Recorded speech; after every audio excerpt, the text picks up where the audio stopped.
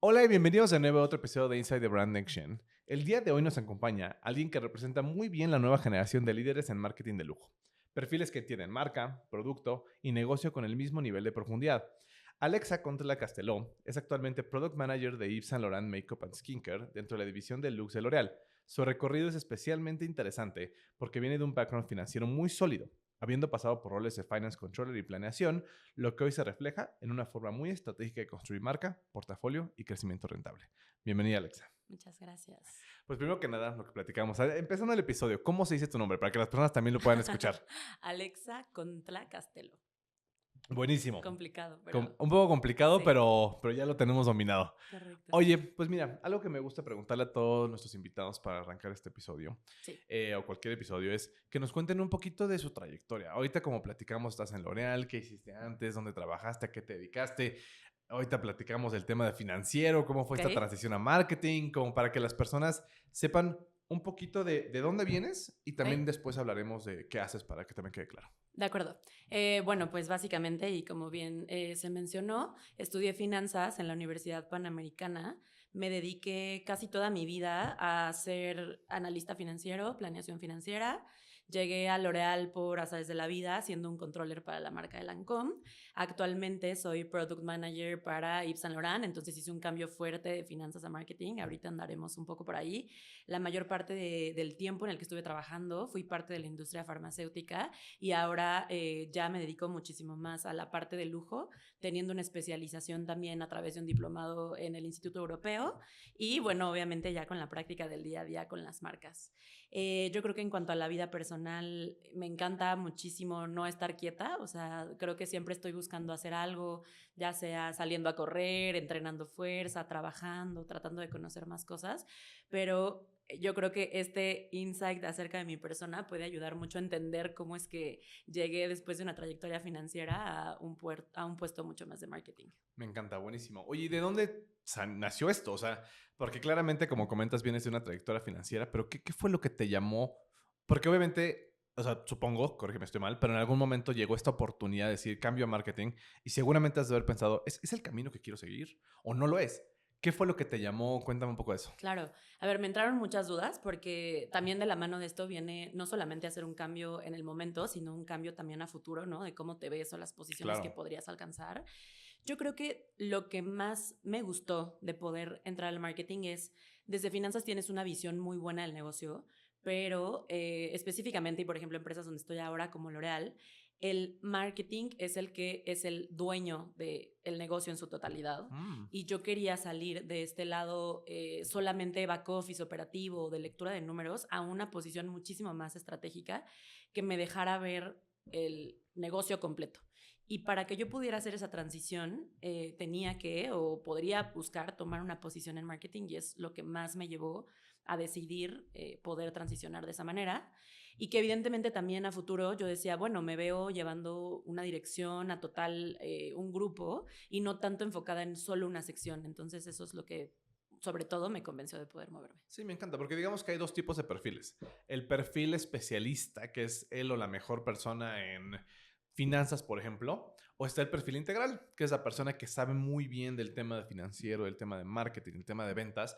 Y al final de cuentas, digo, ambas personas pueden tomar un liderazgo general, Uh -huh. digamos, en algún momento, pero también ese tipo de experiencia combinada ayuda mucho para entender todas las partes del negocio, ¿no? Sí, sí, sobre todo yo creo que, a ver, tener una visión holística a nivel negocio siempre te va a llevar a crear una estrategia mucho más bajada o entendida desde varios puntos, ¿no? O sea, yo creo que hay muchas vertientes en llegar a una meta y poder entender más de un lado ayuda. O sea, claro que también es importante la especialización y poder ser experto en algo, pero tener un contexto detrás te da un giro diferente, ¿no? O aportas Claro. algo diferente.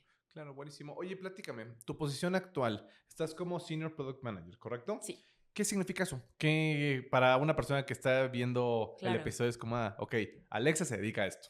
Bueno, básicamente yo soy la conexión entre la visión que tiene la marca a nivel internacional, cómo llegar a tropicalizar esta estrategia a nivel México y por supuesto el puente entre la estrategia de la marca y el consumidor, pasando también por los clientes, ¿no? Entonces, Lo que hago literalmente es ser owner de un negocio en el que tengo que ver desde cómo traigo el inventario de otro país, cómo funciona el P&L de mi marca, hasta cosas como la formación que tiene el personal en punto de venta, cómo se ve un counter de la marca. Entonces, yo diría es una estrategia muy completa en la que tienes que ver el 360 de todo lo que lleva solamente una marca, ¿no? Que es un mini negocio, por así decirlo. Sí, claro, como lo dices, como esa owner. Literal, así ves Literal. todo. Marketing, finanzas, P&L, ventas, todo, Supply, todo, sí, todo.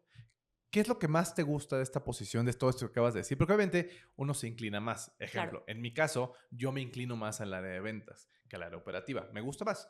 En tu caso, ¿qué es lo que más te gusta de todo esto que acabas de decir y qué es lo que menos? Yo creo que muy de la mano con mi perfil en general numérico, a mí me encanta el forecast. O sea, a mí me encanta decir en 4 años voy a llevar la marca a este lugar y voy a ganar tanto, subiendo tantas posiciones de mercado. Entonces yo creo que sobre todo a mí me encantan los business cases que van alrededor de poder crecer una marca y sobre todo cuando hablamos de una marca de lujo, ¿no? ¿Dónde debería de entrar? ¿En qué tipo de consumidor? Entonces todo esto que tiene mucha base con datos, pero que después puedes hacer realidad, es lo que más me ha gustado dentro de la posición. Me encanta. Oye, platícame. ¿Qué crees que es lo más retador de pasar de hablar en números a tomar decisiones creativas y de marca? Ok, a ver, yo empezaría, una por la parte numérica. Algo que me llegó a pasar mucho es entender cómo literalmente una inversión en el marketing es el viaje de la misma inversión y no tanto la finalidad. Creo que estamos acostumbrados a que cuando vienes de un perfil muy numérico como el mío, tú quieres ver la lógica inmediata de la matemática de lo que pasa, ¿no? Te entiendo, yo también soy muy similar a eso. Literalmente, es como sí, pero ¿y luego? O sea, ¿dónde está el resultado? Eso fue un reto para mí, o sea, entender que no siempre vas a tener algo inmediato, pero que sí puedes generar con esto una construcción a largo plazo. Eso te lo diría un poco a nivel como mindset. Yo te lo diría a nivel operativo, que es lo que fue un reto durísimo o me enloqueció un poco. Muchas veces tú crees que ya tienes un plan hecho en el papel y cuando vas a la ejecución es totalmente otra historia. Entonces, el cambio numérico también ahí fue fuerte, ¿no? Entender que no solo es lo que tú planteas y que una hipótesis no siempre es un hecho, sino que de la hipótesis a la realidad hay muchas vertientes. Me encanta, buenísimo. Oye, por ejemplo, una marca como YSL Beauty. ¿Cómo equilibras la creatividad, justamente esto que decimos, con la rentabilidad? Porque es esta Mm, combinación de dos cosas, tanto la parte que esté cool, pero también la parte que sea, pues, financieramente sano. claro, Y bueno, allá afuera se dice que L'Oréal justamente es una empresa muy, muy driven en la parte justamente de los márgenes, que sea muy rentable. Hay otras empresas allá afuera que tienen una visión diferente, bueno, es lo que se dice allá afuera de L'Oréal. sí. ¿Cómo logras balancear esto? Hacerlo creativo, padre, cool y que también sea rentable sin perder la visión de lujo también. Claro, yo creo que una gran ventaja en este sentido es que cuando hablamos de un producto de lujo específicamente, la rentabilidad no está peleada con la creatividad, sino que es lo que la empuja. Es decir, si yo tengo una marca que es rentable, tengo muchísimo mayor ingreso para poder hacer eventos muchísimo más disruptivos, poder llevar a la marca a otros lugares. Es difícil de cuidar, sí, pero literalmente mi rol se basa en poder crear una experiencia a un cliente tan fuerte que ellos confíen en la calidad de mi producto y por lo mismo me paguen ese precio premium por tenerlo y obtenerlo. Eso automáticamente me va a ayudar a generar rentabilidad en el negocio. Entonces, yo diría, no están peleados, son más como complementarios. Oye, platiquemos el tema de la construcción de marca. Sí. Te doy un poco de contexto. En el episodio anterior estábamos hablando justamente, bueno, en la conversación se habló de que hay muchas marcas o empresas, digamos, a nivel país, lo que me he dado cuenta porque hablando con clientes, hablando con diferentes invitados, que muchos les recortaron presupuesto. Uh -huh. ¿Por qué? Porque esto también habla mucho de la economía del país, de cómo va, Claro. bla, bla, y más en consumo, etcétera, etcétera. Este recorte de presupuestos, pues obviamente trae decisiones que se tienen que tomar del área de marketing y de finanzas, muchas veces empujadas al sell-out, a mete producto, mete promociones, mete descuentos, etcétera, etcétera. Pero hablando de lujo, esto es algo bien diferente. Sí. Porque digamos que un producto de consumo donde le metes un descuento, órale va. Digamos que se mueve más rápido, pero realmente como no hay una construcción de marca premium no le afecta tanto. Uh -huh. ¿Qué pasa en el tema del lujo? O sea, porque el depósito de recursos, digamos, o la inversión de recursos está muy pensada a largo plazo para construir una marca que tenga un alto valor percibido, la cual las personas estén dispuestas a pagar como dices, un precio premium. Sí. Pero ¿qué pasa en situaciones de mercado que chancen no hay tanto lana en la industria, en el mercado como tal y tienes que también tomar decisiones a corto pero sin sacrificar marca? ¿Qué piensas de esto? De cómo se construyen marcas y pensando en el corto y largo. Claro. A ver, es un reto grandísimo. Como bien mencionas, yo creo que lo que más puede afectar a una marca de lujo es hacer promociones o descuentos, ¿no? Eso es lo que más te puede afectar porque pierdes este equity de marca que tanto te tardas en construir. Entonces, yo creo que el lujo es paciencia y consistencia. O sea, así es como lo veo yo, ¿no? Tienes que ser consistente con lo que vendes y que siempre vayas en una misma línea.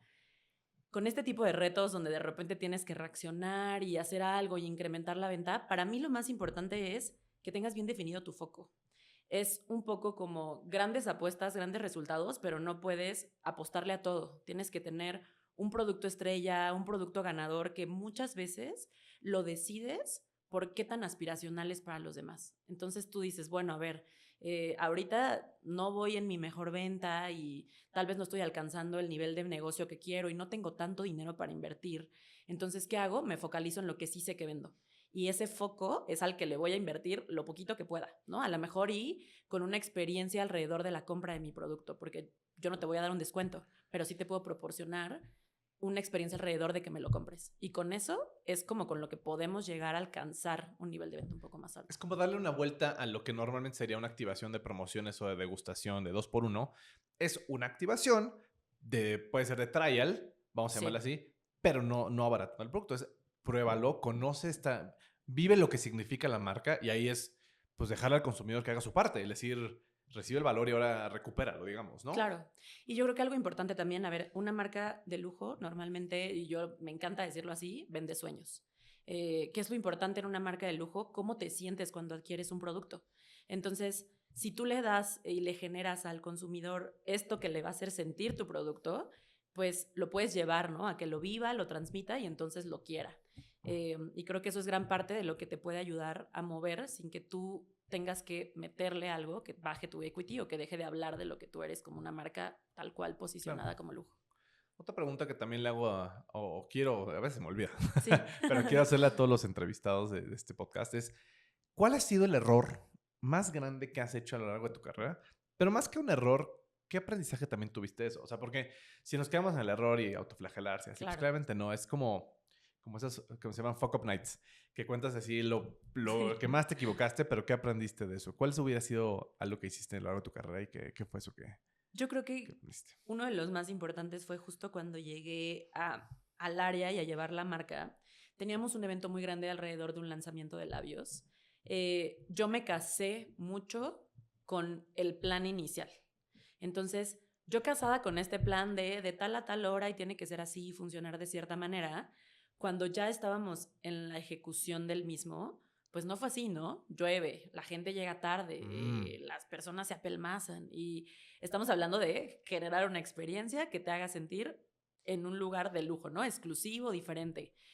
Era muy difícil para mí como lograr mantener esto y creo que yo me aferré a que las cosas fueran como en un inicio y lo que generó fue como mucho descontento alrededor de la experiencia del consumidor.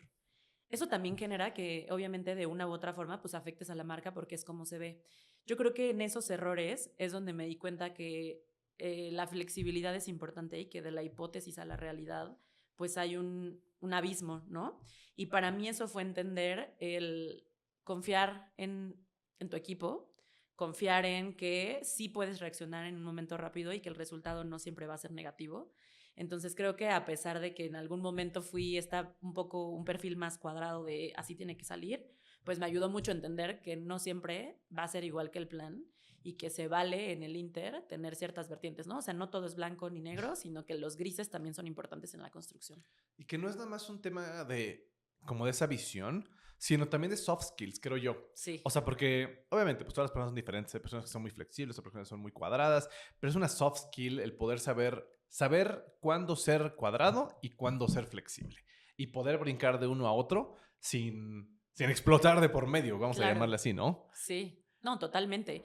Y yo creo que también mucho eso de la mano, para mí también te convierte en un mejor líder, ¿no? O sea, poder decir, soy capaz de entender una mentalidad de este estilo, pero también soy capaz de entender esto y hacer un mix con ambos. Entonces, definitivo, ese soft skill es algo que también estando en una posición como un product manager y con tantos equipos que llevar y tantas cosas que ver, pues si no desarrollas, te quedas atrás, o sea, te come. Claro, sí, totalmente. Oye, y por ejemplo, ahorita estamos hablando del tema del lujo, Sí. que platicamos también que va del lado del precio, o sea, eso es como, más que precio, como valor percibido. Sí. ¿Cuáles crees que son las diferencias entre vender un producto de consumo masivo a uno de lujo más allá del precio? Ok. Yo empezaría porque el consumo masivo vende volumen y básicamente reacciona a una necesidad de mercado, ¿no? Y entonces yo hago una necesidad de mercado y lo vendo a volumen. Hablando un poco a nivel activación, cuando tú vendes consumo masivo, incluso usas medios para llegar al mayor número de personas, ¿no? Esto en cuanto a inversiones de dónde vas a poner tu dinero para publicitar. Específicamente para el lujo, hablamos de todo lo contrario. O sea, aquí hablamos de escasez, exclusividad, Mm, ser algo que no cualquiera puede tener. Entonces, ¿cómo funciona? Yo no voy a buscar llegar a todos los medios posibles y que entre más gente me vea mejor, sino llegar al consumidor que sé que es el que me va a atraer, ¿no? O que es donde yo me quiero posicionar. Entonces, yo creo que esa es la mayor diferencia, ¿no? Hablamos de volumen y hablamos de escasez, hablamos de comportarme al mercado a generar aspiración. Es la sí, mayor diferenciación. y también pensando, porque eso a nivel estrategia de negocio, pero también a nivel financiero se manejan muy diferente. Sí, O sí, sea, sí. obviamente en un producto de alto ticket, digamos, pues tiene más margen, pero ese margen se reinvierte mucho en posicionamiento, en construcción de Correcto. valor. En un producto de consumo masivo no hay tanto margen, pero ese volumen permite hacer lo mismo de los medios. Exacto. O sea, al final del día, bien lo dices, ¿no? O sea, es un negocio enfocado en margen y un negocio es enfocado en volumen. Y también vamos hablando de que a nivel, ¿qué pasaría, por ejemplo, si tú activas en una marca de consumo masivo?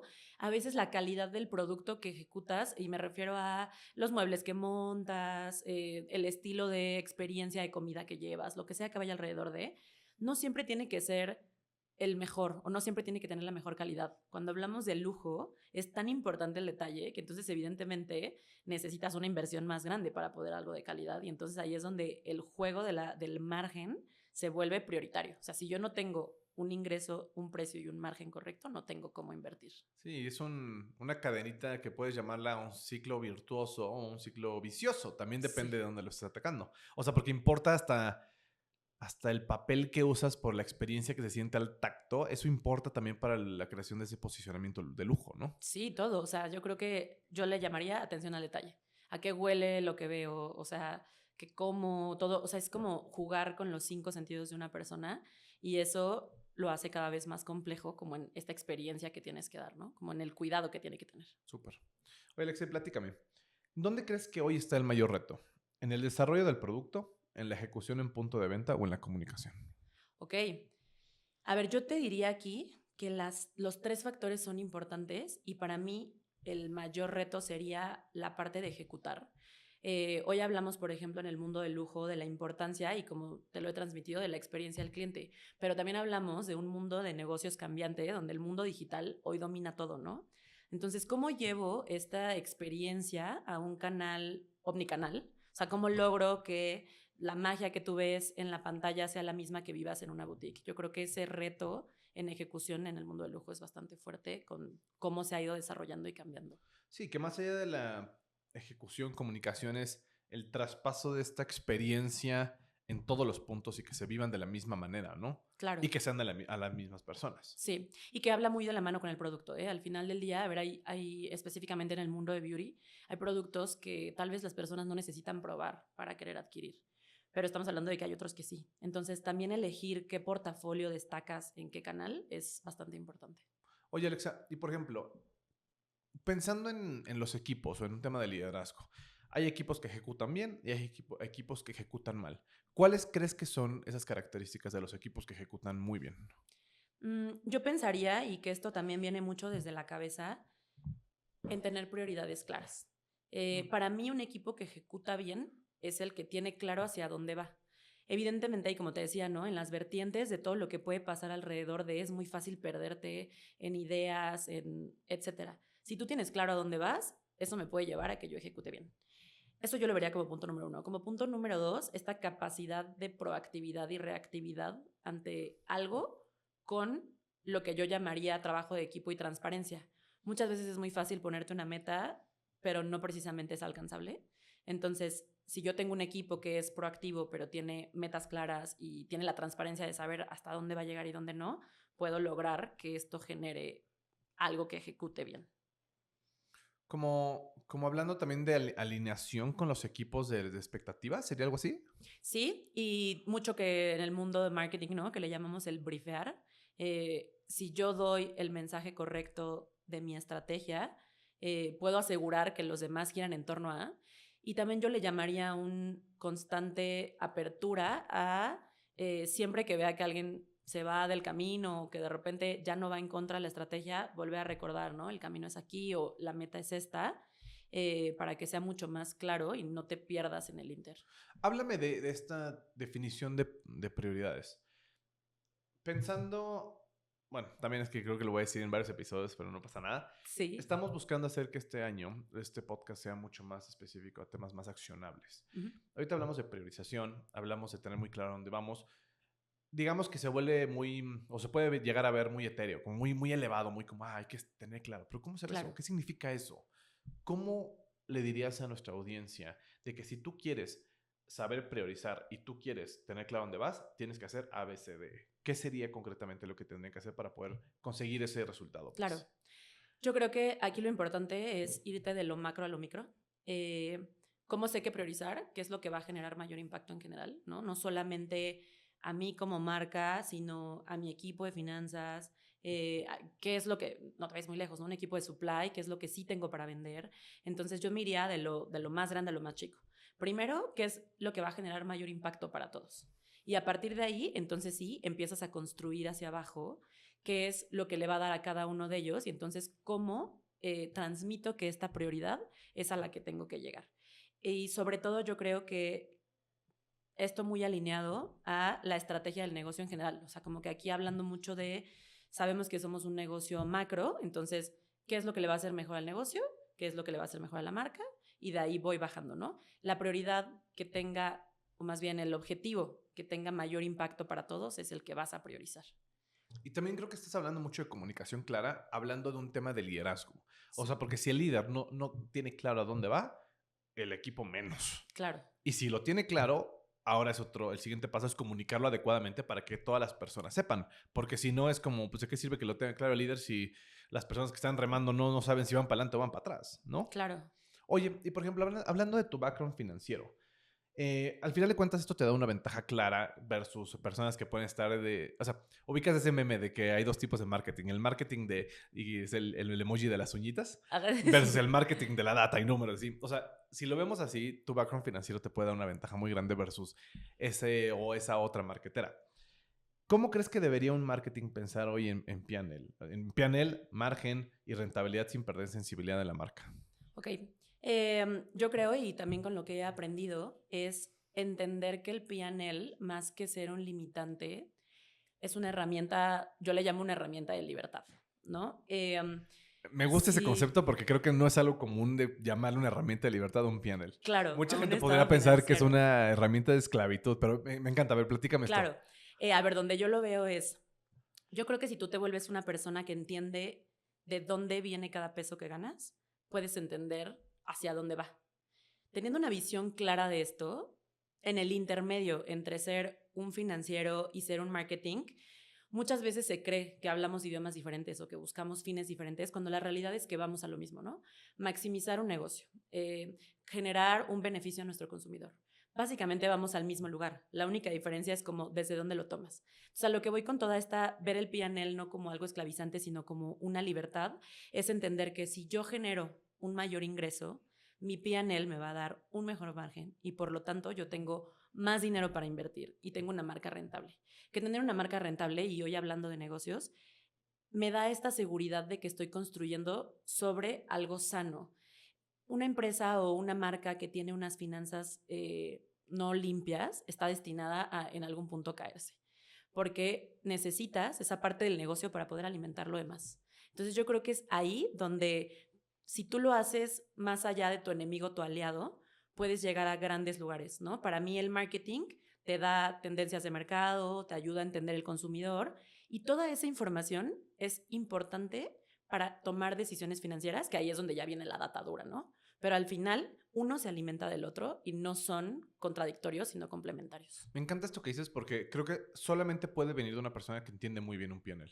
Porque otra persona que no entiende un PNL, más que verlo como una herramienta, se asustaría. O Sí, sea, podría decir, es que, ¿qué es esto? ¿De dónde viene? ¿Qué es esto? ¿Qué es un margen bruto? ¿Qué es un margen neto? Pero creo que tienes mucha razón. O sea, una vez que entiendes un PNL, hay mucha información ahí que te da, como esta data dura, que si la traduces a un lenguaje correcto, es como, pues es que es... O sea, podrías ver un PNL y puedes ver cómo está el negocio realmente y dónde está la pata que flaquea más, por ejemplo. sí, Pero que es muy complicado poder ver eso. Y creo que es donde viene justamente lo que decíamos de estos accionables, como pues un cursito de finanzas, ¿no? O sea, creo sí. que no está de más que alguien lo tome, o sea, porque se me hace algo que para justamente un owner, como dices, como product manager o un dueño de negocio o lo que sea, el saber entender un P&L, un balance general, es una habilidad muy importante y que te da una ventaja muy grande versus la competencia, digamos, en el ámbito laboral, ¿no? Claro. Algo que yo siempre tengo en mente es un marketing nunca va a estar en una mesa de decisiones estratégicas si no entiende su negocio full y el P&L es un reflejo de tu negocio. O sea, es tal cual una foto de tu negocio.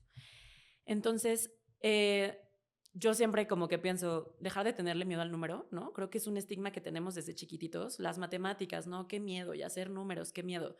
Yo creo que en nuestra actualidad ya hay tantos perfiles y tantas herramientas que ya hacen el número, que es, yo le llamaría ser curioso. Hay que ser curiosos. ¿Qué significa el número? ¿Qué me da? Al final, como marketero también, tomas muchas decisiones basadas en data. Entonces es perderle el miedo a esa información que te está hablando hasta como de ti mismo, ¿no? De tu propia marca y no tanto de lo que está afuera. Sí, creo que es pues este estigma que existe afuera, o incluso hasta me atrevo a decir como ese estereotipo. O sea, el marquetero que habla desde la silla de marketing, hasta se puede llegar a ver cómo es que no está teniendo sentido lo que dices.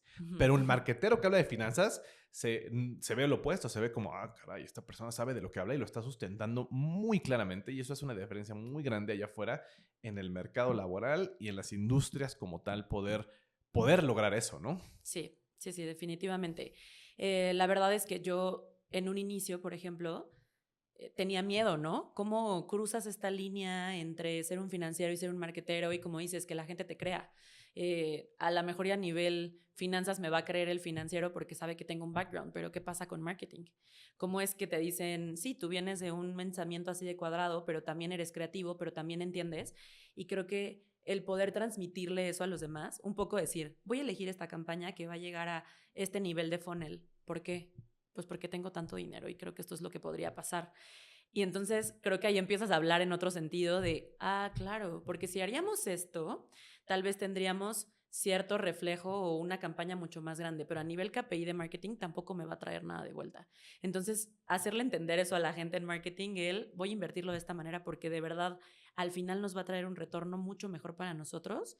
Es un reto, pero también ayuda y yo desde mi experiencia lo he visto y que mis compañeras, por ejemplo, son totalmente marketing, poco a poco han ido adoptando, ¿no? Incluso hasta preguntar ¿cómo ves? ¿Se te hace lógica? ¿Tendríamos un buen retorno? Y eso es algo que yo digo, es padrísimo poder compartir con los demás, el quitarle el miedo al número y verlo más como algo que me va a apoyar para llegar a un lugar mejor en el mundo marketer. Y por ejemplo, hablando desde tu experiencia, ¿cómo conseguiste eso? O sea, poder lograr que tus compañeras no le tengan miedo al número o sea, porque ese es yo creo que un reto grande que existe en las empresas para cualquier marketero o cualquier financiero. ¿Cómo conseguiste unificar eso? No nada más a nivel personal, porque obviamente a nivel personal pues se puede pues uno que estudia finanzas, estudia marketing y a nivel personal pues uno lo entiende. Sí. Pero otra cosa es hacer que las personas lo entiendan y no nada más lo entiendan, sino que estén cómodas hablando en este idioma, vayamos a llamar así, en estos dos idiomas. ¿Cómo conseguiste eso? La verdad, yo creo que tuve que generar primero mucha confianza interna. Al final, como que la comunicación, apertura hacia ellas y también yo en algún punto sentirme o hacerme vulnerable sobre la especialidad que tenían ellas, ¿no? O sea, un poco como entender, tú eres experta en esto, yo soy experta en esto y así como yo confío en lo que tú me dices y tomo tus consejos para crear una estrategia, tú confía en mi expertise para crear la tuya. Eso yo creo que fue el paso número uno, ¿no? Crear confianza con mis compañeras. Y el segundo, yo lo vería literalmente Finance for Dummies. En lugar de hablarles en idioma financiero, empezar a explicarle, bueno, es que el producto cuesta esto, pero si tú lo traes en un barquito desde aquí, pasaría esto, ¿no? Un poco manzanitas. Y Sí, eso entiendo. ayudó muchísimo. Sí, claro, o sea, traducírselas a su idioma y es parte también de cómo ¿Cómo comunicarse, enseñarlo? digamos, ¿no? Sí, Oye, y platícame, ¿qué consejo le darías a alguien del marketing que quiere justamente fortalecer esta parte estratégica? claro. Bueno, a ver, sobre todo yo empezaría por perderle el miedo al número y despertar tu curiosidad ante todo. Em, lo mayor que veo es salte de la lupa y entiende el mapa, ¿no? Hay una persona, por ejemplo, en L'Oreal, que en algún momento en un consejo me dijo, no veas el árbol, ve todo el bosque, porque si el bosque se te está quemando, ¿qué pasaría con tu único árbol vivo, ¿no? O sea, como que esta parte me lleva mucho a esto. Si tú quieres entender una visión estratégica, tienes que entender el full negocio y no solamente lo que tú haces. Entonces, sé curioso y el típico, métete hasta la cocina para que eso te dé estas herramientas de generar una visión mucho más estratégica a futuro. Me encanta. Si le pudieras dar un consejo a la Alexa de cuando estaba recién entrando al mundo del marketing como becaria casi casi o como Sí. junior, ¿qué consejo le hubieras dado? Sobre todo el no te hagas chiquita, lo vería así. Cuando llegas a un mundo donde todos los demás son expertos en marketing, pues empiezas a pensar como, chin, ¿y yo qué aporto aquí, no? Para mí, lo mejor fue cuando dejé de tener miedo y empecé a entender que el venir de un área diferente no me hacía alguien incompetente, sino al contrario, alguien mucho más competitivo. Y entonces empezar a utilizar el conocimiento que yo tenía para complementar lo nuevo me dio toda la diferencia y eso me ayudó a poco empoderarme. Entonces el consejo sería, no te hagas chiquita, no tengas miedo, ¿no? Lo que tienes no es algo que no tenga valor, sino al contrario. Yo creo que por ahí iría. Sí, que ya que lo ves para atrás dices, no manches, al contrario, estaba mucho mejor, pero en su momento puede uno, pues, pues no Dudas. verlo, o sea, si uno duda, claro. Sí, incluso, a ver, hay reuniones donde ni levantas la mano, ¿no? Escuchas que todo el mundo está hablando y así se te ocurre una idea y dices, a lo mejor yo no soy tan creativo, a lo mejor y yo lo que pienso no va a llegar a un gran impacto. Y cuando empiezas a quitarte ese miedo de decir, bueno, pues ni modo, voy a opinar y pues ya que, ¿no? Aunque quede mal, mínimo lo dije. Y eso poco a poco te va generando también confianza en que tus ideas aportan y cada vez lo vas haciendo más, ¿no? Es como una práctica. Sí, de acuerdo. Desde lo que ves hoy, ¿cómo está cambiando el consumidor de lujo?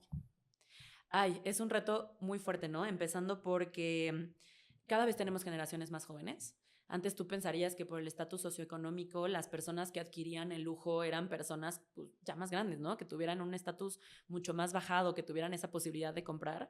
Pero ahora cada vez el lujo llega a generaciones más y más pequeñas. Entonces, empezando por ahí es las personas o estas nuevas generaciones ya no solamente te compran un producto, te compran un propósito, ya les importa también el valor alrededor de que hablemos de sustentabilidad, que hablemos de ética. Entonces, para mí el mayor cambio viene de entender que somos humanos y que muchas vertientes de lo que viene alrededor importan.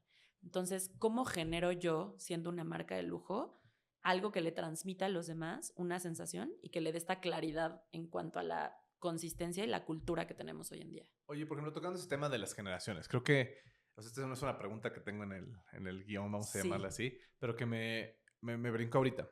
Antes, el tema del lujo, vamos a llamar en los boomers o en la generación X, era mucho esto de la inalcanzabilidad, esto como algo muy lejano, muy de que hasta creo que se usaba mucho ese del marketing aspiracional. Eso sí, era, o sea, creo que te habrá pasado seguro que hace unos años era la conversación de toda mesa de marketing, casi casi. Pero esta nueva generación ha cambiado mucho. O sea, este tema de lo aspiracional le ha cambiado el significado. O sea, este tema de lo inalcanzable ya no funciona porque no es, ¿cómo explicarlo? Porque no es auténtico. ujú, Eso es, de la acuerdo. autenticidad está pesando muchísimo. ¿Qué piensas de esto? O sea, ¿cómo ves el marketing de lujo? ¿Cómo se está transformando en esta nueva Sí. generación? Y para ellos, ¿qué significa ahora? O hacia dónde va el lujo, ¿no? Claro, creo que yo ahora hablaría de una identidad, una personalización, ¿no? O sea, como tú bien dices, ya las nuevas generaciones no lo ven de la misma manera. Puedes ver a una niña con una playera de Zara, pero con unos zapatos de Hermes, ¿sabes? Como Ajá, que al justo, justo. final ya no es una consistencia. yo lo vería en eso, como dentro de esta forma de cambiar, tienes que entrar a esa personalización y entender, ¿no? Sí, soy un objeto deseable, pero ¿qué le aporto como a nivel personal? Y entonces aquí hablamos mucho de acercarte al consumidor, ya no solo en qué te estoy cumpliendo, no sé, ¿no? Ahorita pienso en un labial, ¿qué te cumplo? Color. ¿Qué te cumplo? Hidratación. Sino que ahora también te tengo que dar una personalidad. Entonces, te voy a dar uno que es morado, pero que brilla, pero que además es de lujo, pero que tienes que entrar. Y sobre todo yo lo veo en esta capacidad de reacción o agilidad que tengas a las modas. Que básicamente, si tú te subes a una tendencia y logras entender lo cambiante que es el mundo en el día a día, puedes llegar a entrar a ese nivel de personalizaciones. Oye, Alexa, y por ejemplo, ahorita también se me vino esto a la cabeza. O sea, como que esto que dices, ¿qué le vendes o qué le aportas a la persona? Estoy pensando justamente en esta generación X, generación de baby boomers. O sea, lo que vendía o lo que le aportaba a esta generación el tema del lujo era un tema de pertenencia, Sí. de pertenecer a un nivel socioeconómico. ¿Qué crees que ahora le está dando o que aportando a las nuevas generaciones? Porque, digo, obviamente sabemos que no es blanco ni negro, o sea, es una transición, o sea, hay personas que son generación Z que también quieren pertenecer, pero, o sea, lo que yo veo en su mayoría es que ya no está siendo tanto por ahí, o Claro. sea, está siendo otro tipo de lujo. ¿Qué crees que sea lo que les aporta? Yo veo que ahora es más una identidad de marca.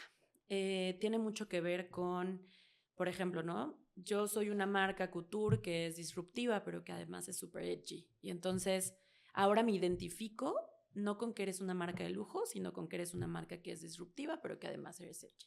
Como Pero ser único y además, diferente. exacto, Ese es lo nuevo, lo que ahora sentirte busca la gente. diferente. Más que pertenecer a un nivel socioeconómico, ahora es ser único y diferente. Exacto, ahora tienes más una identidad de marca. Ese ADN que va mucho más allá de si eres una marca muy cara o una marca muy barata. Oye, ¿y qué habilidades crees que va a requerir el marketer o la marketer del futuro? O sea, con esta transición que viene. A ver, sobre todo y con estas nuevas generaciones, definitivo, la agilidad digital, el cómo llevo lo que yo ya sé hacer a este mundo y me muevo así de rápido. Como segunda, ser totalmente que nos guiemos por la data, ¿no? Hoy tenemos, por ejemplo, toda la inteligencia artificial, tenemos toda la parte de lo que apoya herramientas, ¿no? Con Google y demás. Al final eso se convierte en data, data que te habla de un negocio, data que te habla de un consumidor. Entonces es la agilidad digital y el saber interpretar los nuevos datos va a ser básico y a eso también yo le agregaría esta capacidad de poder transformarte y no quedarte en lo que conoces, sino ir aceptando nuevas herramientas para tu día a día y para tu entendimiento. Súper.